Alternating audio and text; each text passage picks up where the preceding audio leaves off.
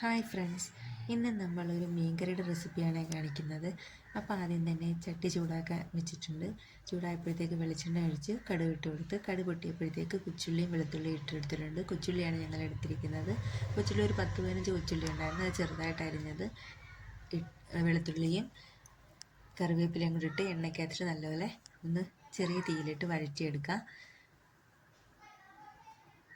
അത് വഴണ്ടി വരുമ്പോഴത്തേക്ക് നമുക്ക് ആ കറിക്ക് ആവശ്യമുള്ള പൊടികൾ എടുക്കാം.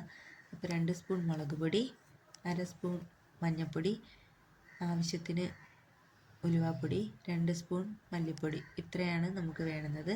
എന്നിട്ട് നമ്മുടെ ഉള്ളി വഴറ്റിയത് ഏകദേശം ഒരിത്തിരി ആയപ്പോഴത്തേക്കും ഒരു തക്കാളിയും 2 പച്ചമുളകും ഇട്ട് ഒന്നും കൂടെ നല്ലതുപോലെ വഴറ്റിയെടുക്കുക.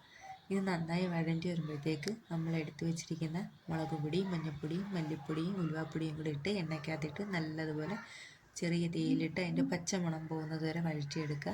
പിന്നെ പുളി വെള്ളത്തിൽ ഇട്ടിട്ടുണ്ടായിരുന്നു. ആവശ്യത്തിന് പുളിയും പിഴിഞ്ഞൊഴിച്ച് ഉപ്പും ഇട്ട് നല്ലതുപോലെ ആവശ്യത്തിന് വെള്ളവും കൂടി ഒഴിച്ച് കുഴമ്പ് രൂപത്തിലാക്കി തിളയ്ക്കാൻ വയ്ക്കുക.